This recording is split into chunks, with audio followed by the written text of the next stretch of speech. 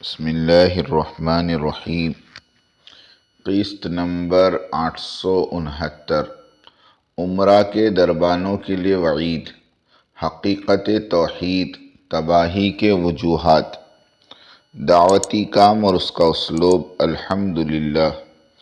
الحمدللہ وحدہ والصلاة والسلام علی من لا نبی بعدہ، اما بعد۔ عمرہ اور ان کے دربان۔ حضرت محمد صلی اللہ علیہ وسلم نے فرمایا، اے ابو ہریرہ، اگر تیری عمر لمبی رہی تو ایک قوم کو دیکھے گا کہ ان کے ہاتھوں میں کوڑے ہوں گے جیسے بیلوں کی دم۔ صبح کریں گے اللہ کے غضب کے ساتھ اور شام کریں گے اللہ کے قہر کے ساتھ۔ فائدہ: اس سے مراد بادشاہوں اور امراء کے آس پاس رہنے والے ذمہ دار لوگ ہیں جو عوام کو اور عوام کی فریادوں کو امیر تک پہنچنے نہیں دیتے۔ امام مسلم نے اس حدیث کو عنوان امراء کے آس پاس رہنے والوں کی مذمت میں ذکر کیا ہے۔ تنبیہ: امیر کے آس پاس رہنے والے اور مشورے والے ساتھیوں پر امانت اور دیانت کا فرض کا درجہ رکھتی ہے۔ امانت یہ ہے کہ امیر اور امور سے وابستہ رموز اور اسرار کو صیغہ راز میں رکھا جائے اور زبان بند رکھیں، اور دیانت یہ ہے کہ عوام اور امیر کے درمیان حائل نہ ہو۔ عوام کی داد و فریاد من وعن امیر تک پہنچائی جائے۔ عوام کو امیر سے اور امیر کو عوام سے بدظن نہ کیا جائے، اور جو اس طرح کرتے ہیں وہ مذکورہ بالا حدیث کے مطابق دن رات اللہ کے غیظ و غضب کو دعوت دیتے ہیں۔ حقیقت توحید۔ کائنات کی بدلتی ہوئی شکلیں، راحت اور رنج، خوشی اور غم، صحت اور بیماری، امیری اور غریبی، فتح اور ناکامی، سلطانی اور غلامی، ہنسنا، رونا، شادمانی اور نوحہ خوانی، حکمرانی اور نخل مکانی، یہ سب کا سب اللہ کے علم میں ہیں، اور ان سب احوال کے پیچھے وہی ایک ذات باری کار فرما ہے۔ مگر ان حالات میں بندوں کے عقیدوں کا عظیم امتحان ہے۔ اگر بندہ ان سب احوال کے رد و بدل کو رب کی طرف منسوب کیا تو اس بندے نے ایمان کی حلاوت پالی، اور اگر دنیاوی طاقتوں اور ان کی ٹیکنالوجی کی کارستانی کا قائل ہوا تو ایسا شخص اپنے امتحان میں فیل ہوا۔ فائدہ: شیطان اور دجالی طاقتیں اللہ کی طرف سے نازل کردہ عذاب کو موسم اور سائنس کی طرف مبذول کر کے انسانوں کو توبہ کرنے سے محروم کرتے ہیں، اور انسان کہتا پھرتا ہے کہ یہ تباہی موسموں کے بدلنے سے آ رہی ہے۔ موسم اور اس کی کیفیات سب مخلوق ہیں، اور مخلوق نفع اور ضرر دینے میں اللہ کے حکم کی محتاج ہیں۔ جو کچھ ہوتا ہے اللہ کے حکم سے ہوتا ہے۔ موسم اپنی طرف سے کچھ بھی کرنے میں محتاج کل ہے۔ برفانی طوفان، پانی کا طوفان، زلزلے، آگ کے لاوے، یہ سب عذاب الہی ہے۔ اس وقت کا برفانی طوفان قوم عاد والے عذاب کی مانند ہے۔ فَلَمَّا رَأَوْهُ عَارِضًا مُسْتَقْبِلَ أَوْدِيَتِهِمْ۔ ترجمہ: پھر جب انہوں نے عذاب کو بصورت بادل دیکھا اپنی وادیوں کی طرف آتے ہوئے تو کہنے لگے، یہ تو ہم پر برسنے والا ہے۔ نہیں، بلکہ دراصل یہ ابر و عذاب ہے جس کی تم جلدی کر رہے تھے۔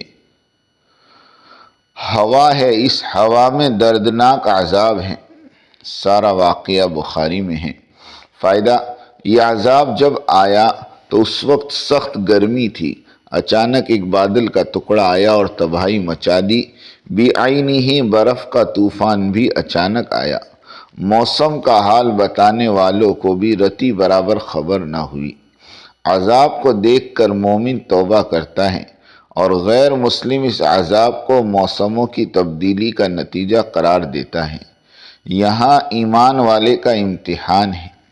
یاد رکھیں ساری طاقتیں اور ان کی ٹیکنالوجی مل کر دنیا والوں کا کچھ بھی نہیں بگاڑ سکتی اگر اللہ نہ چاہے۔ اسی طرح اگر اللہ تعالیٰ دنیا اور اس کے کارخانے کو تباہ کرنے پر آ جائے تو ساری طاقتیں اور ساری ٹیکنالوجیز مل کر اللہ کا مقابلہ نہیں کر سکتی۔ اللہ ہر چیز پر قادر ہے۔ انسانوں کی تباہی کے وجوہات، رہی انسانوں کی تباہی کی بات تو اس کے پیچھے بھی وجوہات ہیں۔ 1 صدی پہلے مہلک تباہیاں اور بیماریاں، طاعون، سیلاب، حادثات کے بہانے لوگ مرتے تھے۔ سائنس اور ٹیکنالوجی نے موت کے آنے کے سارے سوراخ بند کر دیے۔ پلیگ، ہیضہ، چیچک، ٹی بی ختم کر دی گئی۔ طوفان آنے سے پہلے ہی اس کا اطلاع دے دی جاتی ہے۔ آسمانوں اور زمینی بلاؤں سے آدمی تقریباً محفوظ کر دیا گیا۔ اب یہ امر تو لازمی ہے کہ دنیا میں بسنے والے 8 ارب انسانوں کو 100 سال کے اندر مرنا ہے۔ اس سے کسی کو فرار نہیں۔ مرنے کے سارے ذرائع بندوں نے بند کر دیے تو جنگوں اور موذی بیماریوں کے دروازے کھولے گئے، اور یہ سب اسی رب العالمین کی تصرف اور اس کے حکم سے ہو رہا ہے۔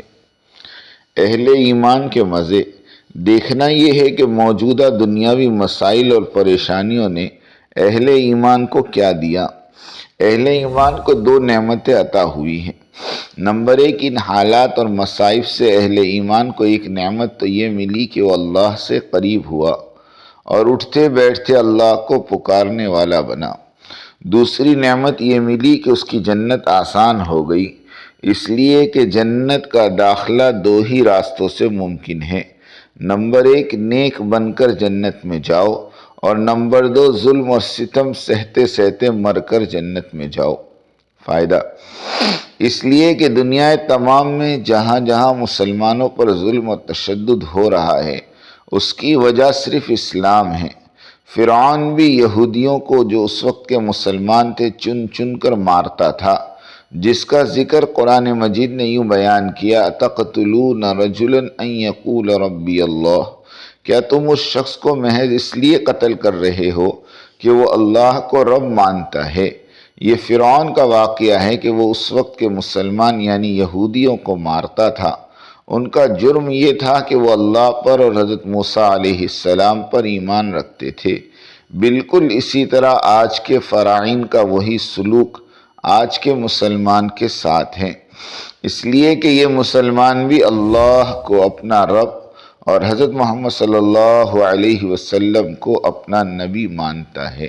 اگر آج یہی مظلوم مسلمان خود کو غیر مسلم ظاہر کرنے لگے تو دنیا بھر کے ممالک کی طرف سے اس کی امداد شروع ہو جائے گی، اس کی حفاظت کی جائے گی، اسے گھر دیا جائے گا۔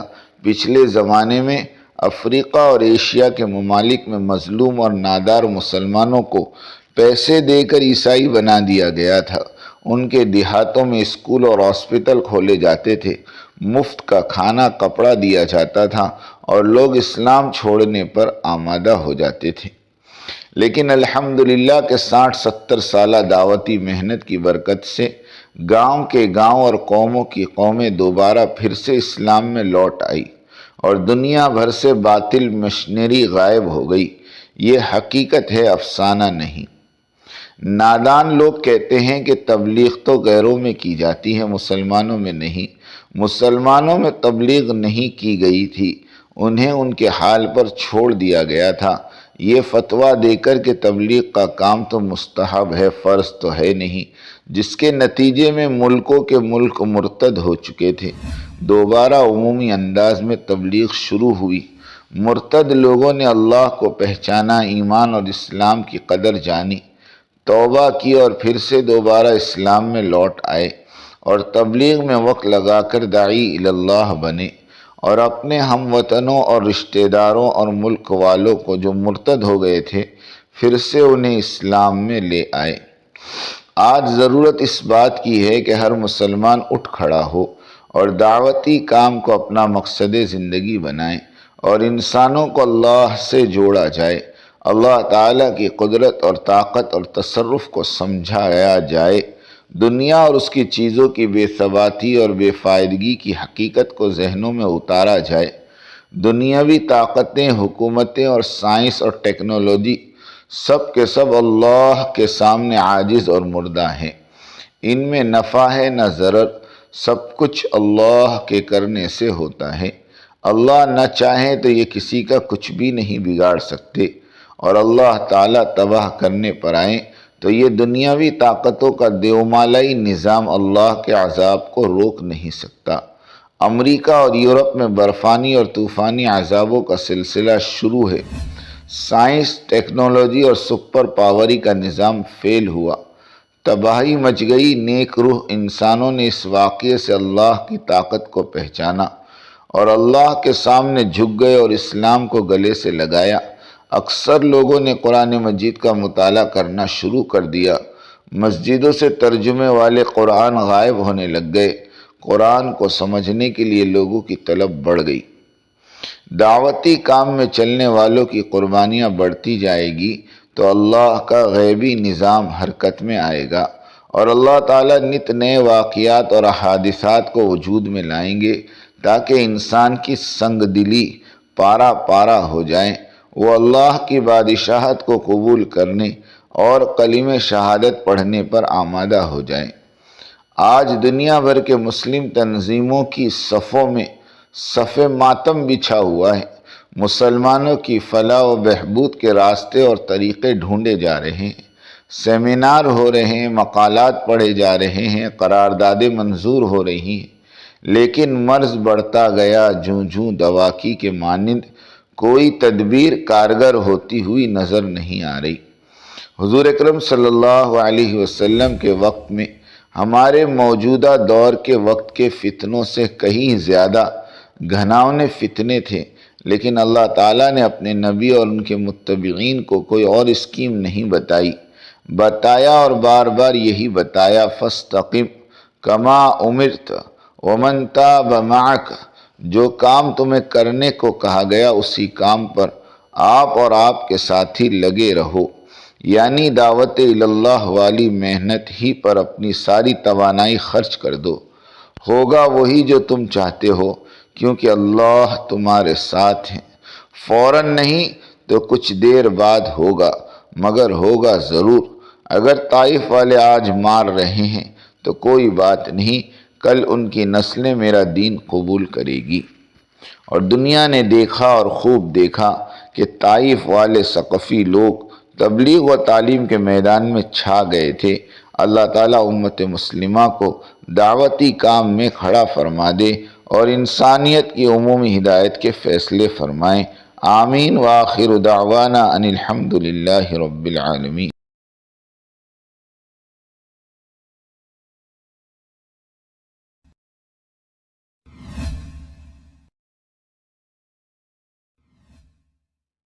میری بات توجہ سننی پڑے گی، بہت توجہ سننی پڑے گی۔ تم بات کو غلط مطلب نکالو گے اپنے ذہن سے، اور میرے ذہن میں جو مطلب ہے اس پر غور نہیں کرو گے۔ یہ بڑی مصیبت ہے اس زمانے میں۔ بجائے جو میں چاہتا ہوں اس طرف توجہ کرنے کے، اپنے دماغ میں جو کچھ لیے بیٹھے ہو اس کو غلط رخ پر لے جاؤ گے۔ سنو غور سے۔ بات کو سمجھنے کے لیے سب سے پہلے آدمی اپنے ذہن کو اور اپنے برتن کو اعتراض اور تردد اور اشکال سے خالی کرے، اس لیے کہ اگر کسی بات کو بھی مفہوم مخالف اور کسی بات کو بھی کسی دوسرے عمل کی تردید یا اس کی تنقیص یا اس کی افادیت کو کم سمجھنے کے سوء ظن کے ساتھ سنا گیا، نفع کی باتوں سے نقصان ہونا یقینی ہے۔ اس لیے سب سے پہلے ہم اس کی نیت کریں، پوری بات سنیں گے، آگے پوری بات نقل کریں گے۔ آدھی سننا یہ بھی دین و دعوت کے لیے ناقص، اور آدھی بات کا نقل کرنا یہ تو بڑے فساد کا ذریعہ ہے۔ اس لیے